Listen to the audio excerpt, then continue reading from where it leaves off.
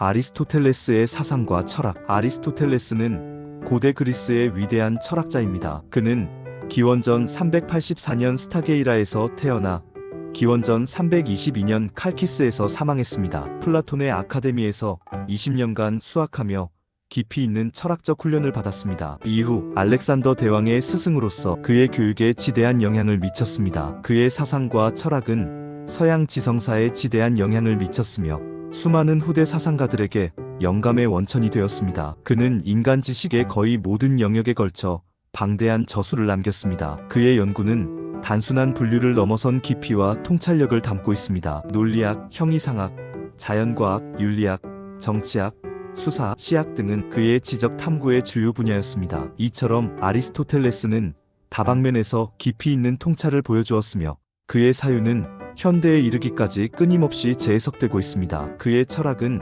스승인 플라톤의 이데아론에 대한 독창적이면서도 설득력 있는 비판에서 시작합니다. 플라톤은 현실 세계 너머에 영원불변하고 완전한 이데아의 세계가 존재하며 현실 세계는 이 이데아의 불완전한 모방에 불과하다고 주장했습니다. 반면 아리스토텔레스는 이러한 이데아론의 실용적인 한계와 인식론적인 난점을 지적하며 현실 세계의 개별 사물에 더욱 주목했습니다. 그는 이데아를 사물로부터 분리하여 독립된 존재로 상정하는 것은 불필요하며 오히려 사물의 본질을 이해하는 데 방해가 된다고 보았습니다. 아리스토텔레스는 사물 자체 안에 본질이 내재한다고 주장하며 개별적인 존재들이야말로 진정한 실체라고 강조했습니다. 이러한 관점은 그의 철학 전반에 걸쳐 일관되게 나타납니다. 그는 추상적인 사변보다는 현실 세계의 구체적인 관찰과 경험을 중시했습니다. 그의 철학은 서양 경험론적 전통의 확고한 토대가 되었으며 이후 과학적 탐구의 방법론에도 지대한 영향을 미쳤습니다. 아리스토텔레스의 형이상학은 존재론이라는 근원적인 질문을 탐구합니다. 그는 존재가 단순히 하나의 개념으로 설명될 수 없는 다의적인 성격을 지닌다고 보았습니다. 그는 존재를 다양한 방식으로 분석하고 그 구조를 밝히고자 했습니다. 그의 형이상학의 핵심 개념 중 하나는 실체입니다. 실체는 독립적으로 존재하며 다른 모든 것들의 속성을 지탱하는 근원적인 토대입니다. 예를 들어 사람은 독립적인 실체이며 희다, 크다, 현명하다와 같은 특성들은 그 실체에 귀속되는 속성들입니다. 그는 실체를 파악하기 위해 진료와 형상이라는 상보적인 개념을 도입했습니다. 진료는 사물의 구성 재료이자 잠재적인 가능성입니다. 반면 형상은 사물의 본질과 구조를 부여하며 진료가 특정 사물로서 존재하게 만드는 원리입니다. 예를 들어 청동상은 청동이라는 진료와 여신상이라는 형상으로 이루어집니다. 이 둘은 이론적으로는 구분 가능하지만 현실에서는 분리될 수 없습니다. 진료와 형상은 항상 함께 존재하며 서로에게 의존하여 하나의 통일된 실체를 이룹니다. 진료는 형상을 받아들일 수 있는 가능성을 제공하고 형상은 진료의 구체적인 형태와 목적을 부여합니다. 이러한 진료 형상론은 사물의 생성과 변화를 설명하는 데 중요한 역할을 합니다. 그는 또한 가능태와 현실태라는 개념을 사용하여 변화와 운동의 본질을 설명했습니다. 가능태는 아직 실현되지 않은 잠재적인 상태를 의미합니다. 예를 들어 씨앗은 아직 나무가 아니지만 나무가 될 수 있는 잠재력을 가지고 있습니다. 반면 현실태는 가능태가 실현되어 실제로 존재하는 상태입니다. 성장한 나무는 씨앗의 현실태입니다. 모든 존재는 가능태에서 현실태로의 이행을 통해 변화합니다. 이러한 변화는 결코 무작위적인 것이 아니라 어떤 목적을 향해 나아가는 과정입니다. 이것이 그의 목적론적 세계관입니다. 모든 사물과 생명체는 고유한 목적, 즉 텔로스를 가지고 태어납니다. 사물의 본성을 이해하는 것은 단순히 그 구성 요소를 아는 것을 넘어 그 사물이 궁극적으로 무엇을 지향하는지, 어떤 기능을 수행하는지를 아는 것입니다. 예를 들어 눈의 목적은 보는 것이고 심장의 목적은 피를 순환시키는 것입니다. 이러한 목적론적 관점은 아리스토텔레스의 생물학, 윤리학, 정치학 등 전 분야에 걸쳐 핵심적인 사유 방식이 됩니다. 아리스토텔레스의 논리학은 서양 논리학의 기초를 확고히 다졌습니다. 그의 저작기관 오알쥐에이의 노예는 논리학의 여러 부분을 체계적으로 다루고 있습니다. 그는 특히 3단 논법을 정교하게 체계화했습니다. 3단 논법은 두 개의 전제로부터 필연적으로 하나의 결론을 도출하는 연역적 추론 방식입니다. 예를 들어 모든 사람은 죽는다 대전제, 일반적인 진술, 소크라테스는 사람이다 소전제, 특수한 진술.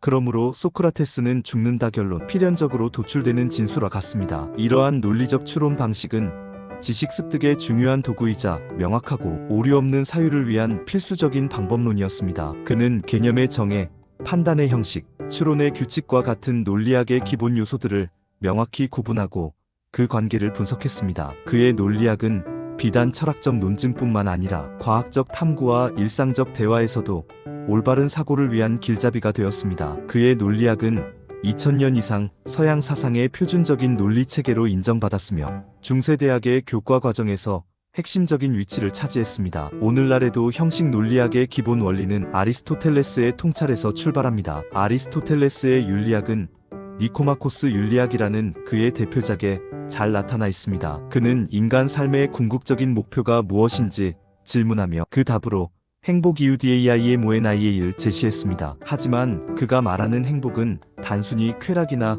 일시적인 즐거움 혹은 명예와 같은 외적인 것이 아닙니다. 행복은 영혼의 탁월한 활동, 즉 덕의 이아리티에 따른 이성적인 활동입니다. 덕은 인간으로서 마땅히 추구해야 할 탁월함이자 탁월한 품성입니다. 그는 덕을 크게 지적인 덕과 품성적인 덕으로 나누었습니다. 지적인 덕은 지혜, 통찰력, 이해력 등 이성적인 기능을 통해 얻어지는 덕이며 주로 교육과 학습을 통해 함양됩니다. 품성적인 덕은 용기, 절제, 정의, 관대함 등 우리의 감정과 욕구를 조절하고 올바른 행동을 선택하게 하는 품성입니다. 이러한 품성적인 덕은 단순히 아는 것을 넘어 반복적인 실천과 습관화를 통해 형성됩니다. 예를 들어 용기 있는 행동을 반복함으로써 용기 있는 사람이 되는 것입니다. 그는 품성적인 덕을 설명하면서 중용매이잔의 중요성을 강조했습니다. 중용은 극단적인 두 가지 악덕 사이의 중간 지점을 의미합니다. 하지만 단순히 산술적인 중간이 아닙니다. 중용은 상황과 개인에 따라 달라지는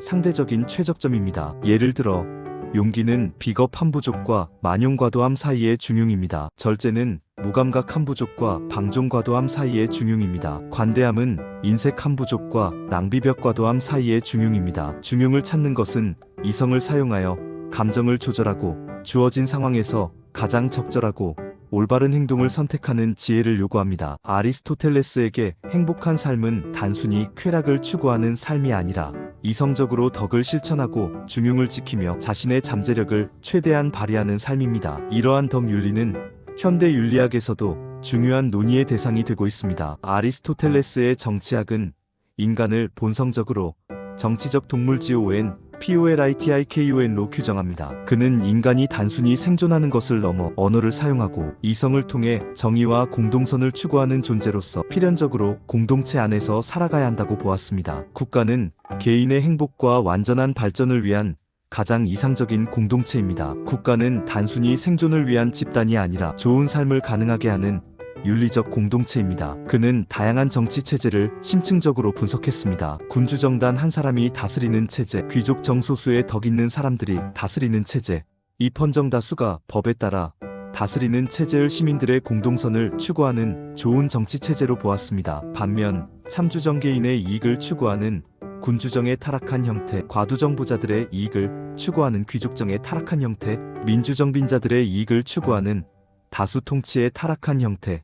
아리스토텔레스 당시의 민주정은 오늘날과 같은 때의 민주주의가 아닌 직접 민주주의의 한 형태로 주무정으로 변질될 수 있다고 보았다. 공동선을 해치는 나쁜 또는 타락한 정치체제로 보았습니다.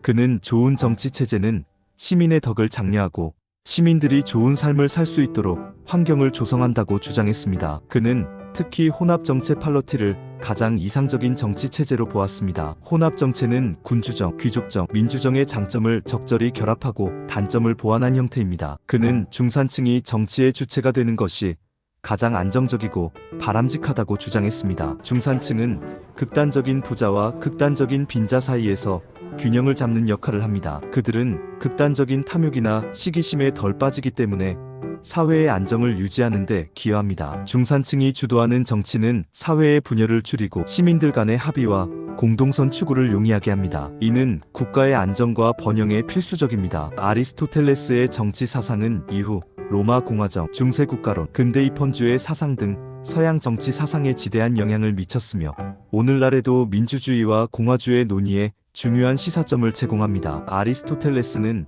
자연과학 분야에서도 탁월한 관찰력과 체계적인 탐구 정신을 보여주었습니다. 그는 생물학, 물리학, 천문학 등 다양한 자연과학 분야에서 광범위한 연구를 수행했습니다. 그의 저서 동물 GHISTORIAANIMALIUM는 수많은 동식물에 대한 면밀한 관찰과 분류를 담고 있으며 이는 현대 생물학의 원형이자 생물학적 연구의 중요한 이정표로 평가됩니다. 그는 생물을 체계적으로 분류하고 각 생명체의 해부학적 구조와 생리 기능을 연구했습니다. 그는 단순히 현상을 기술하는 것을 넘어 관찰과 경험을 통해 가설을 세우고 이를 검증하려는 노력을 기울였습니다. 이는 근대 과학적 방법론의 중요한 출발점이 되었습니다. 그는 현상에 대한 세밀한 기록과 더불어 현상 이면에 존재하는 원리와 원인을 파악하려 했습니다. 그의 우주관은 지구 중심 설지오센트릭 마더리였습니다. 그는 우주의 중심에 지구가 정지해 있으며 그 주위를 태양, 달, 그리고 다른 행성들이 완벽한 원형 궤도를 그리며 돈다고 생각했습니다. 이러한 우주관은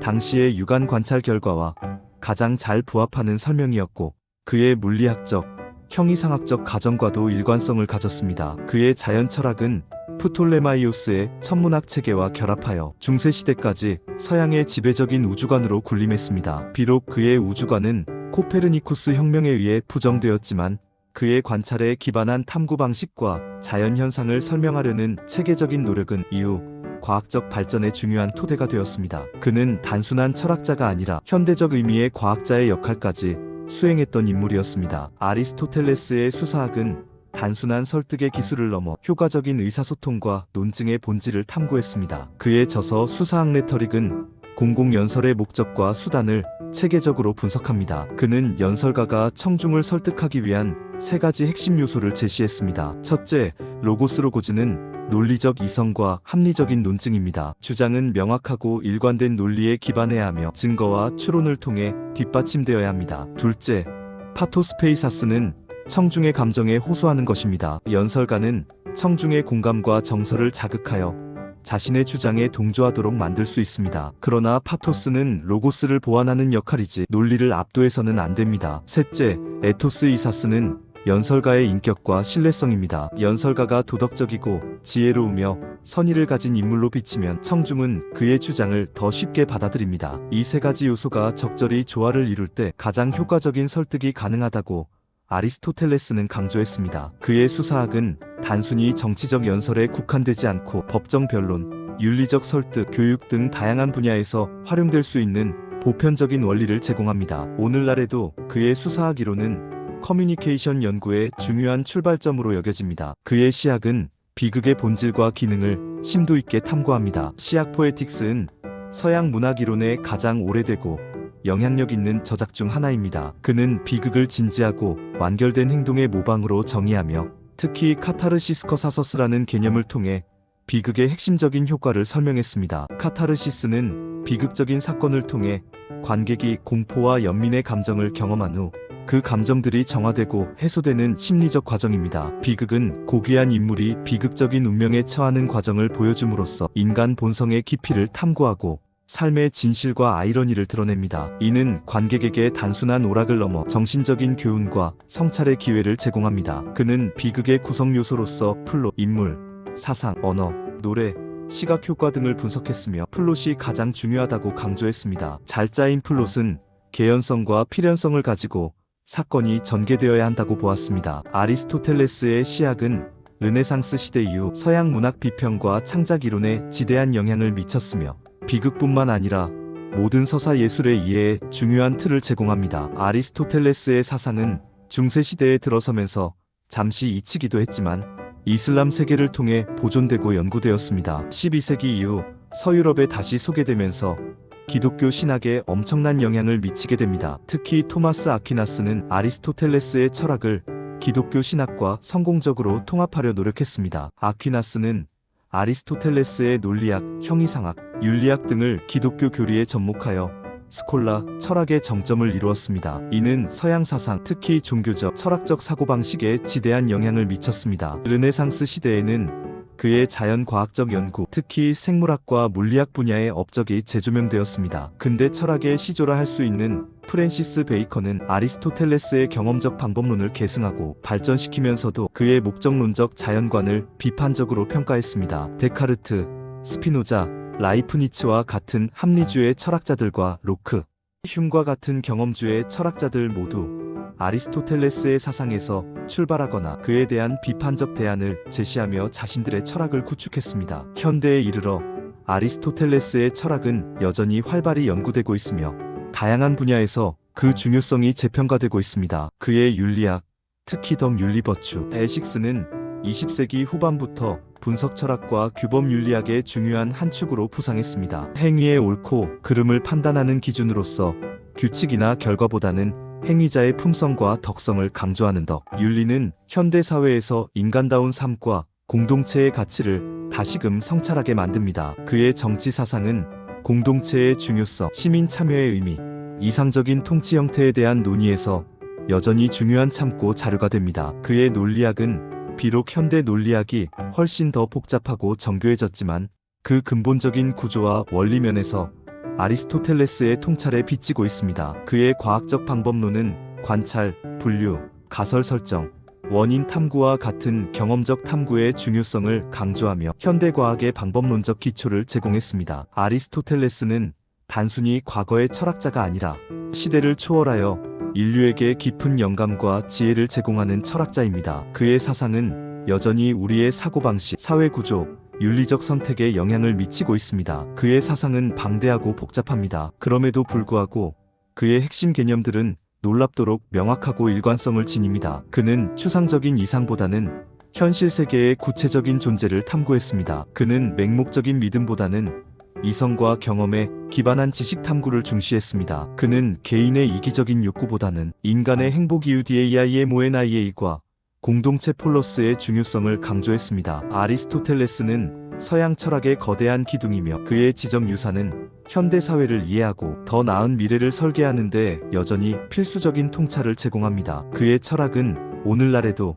우리에게 많은 것을 가르쳐주며 인간 존재의 의미와 가치를 끊임없이 질문하게 만듭니다. 우리는 아리스토텔레스의 사상을 통해 인간 이성의 힘과 지식 탐구의 숭고한 가치를 되새길 수 있습니다. 그의 삶 자체가 지적 호기심과 끊임없는 탐구의 모범이었습니다. 그는 후대 인류에게 지식의 나무를 심어준 위대한 스승이자 시대를 초월한 사유의 안내자입니다.